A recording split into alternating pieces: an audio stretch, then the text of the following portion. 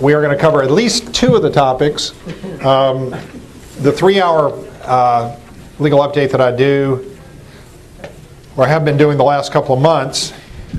Tell you what, I got an extra one here. I don't need it. I never. Okay. Thank you so much. Usually I spend an hour and a half to 2 hours on the first topic. And unless this group is different from other groups, there will be 1,000 questions. So since we have only 2 hours, I'm going to try to keep that first topic to about an hour. You're going to see that there's a lot to it. But if it goes over, so be it. It's an important new topic, this new lead paint renovator certification. A lot more to it than first meets the eye. But what I want to note about it is that while there is a lot to it, it's not all that dramatic. Now I promise you that within 20 to 30 minutes, you're going to be going, holy cow, I can't believe oh man, this is awful. Just be patient, because by the time we get through it all, there is relatively good news at the end of all of this. Let's put it this way, it's relatively less bad than you think. Now, how many of you do any property management or are in a firm that does property management? Most of you, almost all of you. How many of you do any other kinds of real estate brokerage? That's all of you. This affects everybody. It is probably going to affect property managers more than others. But it will affect everybody, and you're going to need to know about it, therefore. So, what is going on here? Well, the Lead Paint Hazard Prevention Act, I think that's the name of it, was enacted back in the early 90s, and we're all familiar with the basic consequence of that as far as we're concerned.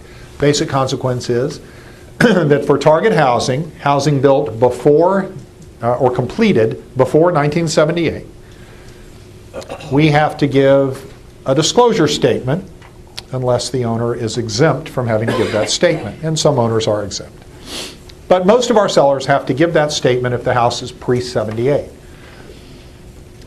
Now we're going to see that, or I would just remind you that when this statute was first enacted in the early to mid-90s, whenever it was, remember there was a whole lot of angst about how it was going to work, and is this going to kill our deals, and is every buyer going to go out there and inspect for lead paint? That's going to cost a small fortune, and my deals are going to go south.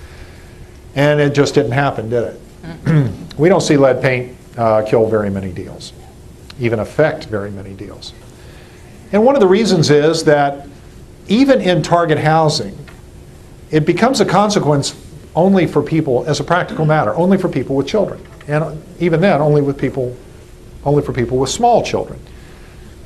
Because the hazard is primarily the result of kids crawling around on their hands and knees and getting the dust or particles of the flaked paint on their hands, and they put their hands in their mouth. And if your kid's of an age where that doesn't happen much, you know, the consequence of the lead paint is relatively minor.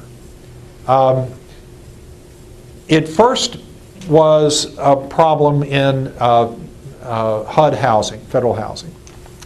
Old, poorly maintained, the paint flaking, kids all over the place crawling around getting the paint, the dust and the paint flakes on their fingers and hands and putting them in their mouths.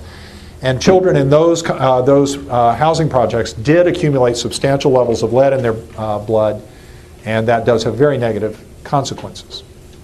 So the original battle against lead paint was fought in government housing. By the 1990s, there was a move, and it was pretty effective. And by the 1990s, there was a move to require all housing to be free of lead paint. And the original proposal was not just to require that the seller or the landlord give a notice to the buyer or the tenant about the possibility of lead paint and its potential consequences, but that it be remediated. I don't know if you realize that, but there was a strong push on the part of EPA and certain members of Congress to require that all target housing, in order to be sold, had to be remediated of any lead paint.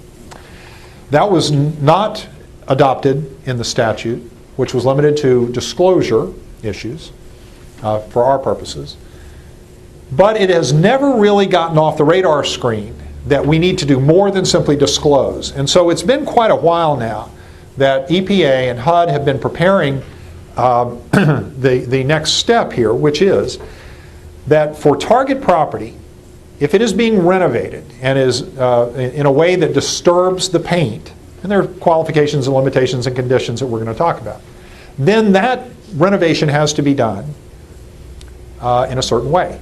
And basically what the rule says is it has to be done by somebody who is certified to do it. The certification requires training and education. And it has to be done in a way that accomplishes a certain number of goals. You limit the access of the people who live in the property to where it's being done. You seal it off to the extent you can. You put up tapes to tell people that it's underway. You put up tarps. You put up notices. You give the tenants a brochure about the fact that there's renovation going on and how it is to be done and what the tenants' rights are. You do it in a way that minimizes the release of dust containing the lead in the air. And you contain it, and you clean it up, and then you test it. There you are. Now there's a whole lot in each one of these things. But that's essentially it. There are exemptions that we're going to see that apply. The most notable of which is that if you do something in your own property, you're exempt. Basically, most of the time, you're going to be exempt from the requirements of the rule. Now, when I say the rule, this is not a new statute. This is a regulation or rule that's been adopted by EPA that goes into effect April 22nd, so just next week. Is that right? Next week? Yeah, the end of next week. So we are looking at, week from today, in fact, right? Yeah. So what we're going to be seeing is that renovations on target property, unless exempt, from next Thursday on, will have to be done by a certified renovator pursuant to the techniques that have been set out in the rule. Okay? So, what is the rule? The rule is pretty simple. If you are doing renovation that disturbs the painted surface in target housing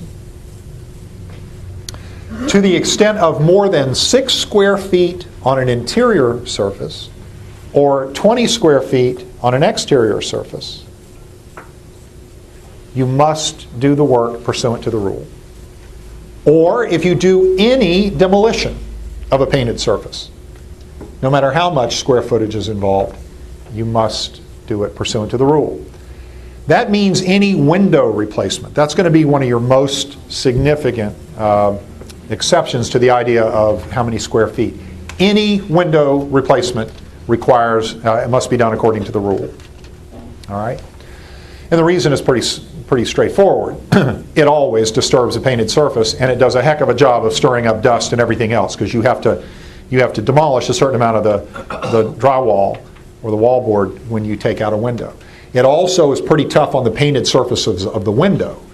And the painted surfaces of windows, as we'll see, are generally much more likely to have high concentrations of lead paint than interior walls are. So windows are a special target. But if you're doing a renovation of a kitchen, for example, and you're taking out a piece of drywall, you're under the Act. Any demolition of drywall of a painted surface, any painted surface, drywall or plaster or anything else, wood, anything, has to be done pursuant to the rule, no matter how much. 6 square feet, golly, on an interior surface, I don't know about you, but it doesn't take much for me to disturb 6 square feet if I'm painting a bedroom. I mean, over the winter I painted my daughter's bedroom. The most delightful shade of purple. Actually turned out okay. But, I don't know about you, but when I spackle, I put a great big old dollop on there, and then I come back and I take my little palm sander or whatever, and I do a square foot. It doesn't matter if the thing is that big. I do like this. You do that 6 times and you're under the Act. You're under the rule. All right? So I guess you could go back and go and keep it under 6 square feet and not have to be under the rule. But if you're doing that, you're not releasing much lead dust into the air, and so they don't much care if you're under the rule or not. Just painting a surface doesn't bring you under the rule. Painting isn't disturbing. You have to, when we talk about disturbing, we talk about something that releases dust or flakes or bits of paint into the atmosphere. Whether they settle onto the floor or the surrounding areas or furniture or not, doesn't matter. If you release them, you're under the rule, all right? If you do more than 6 square feet.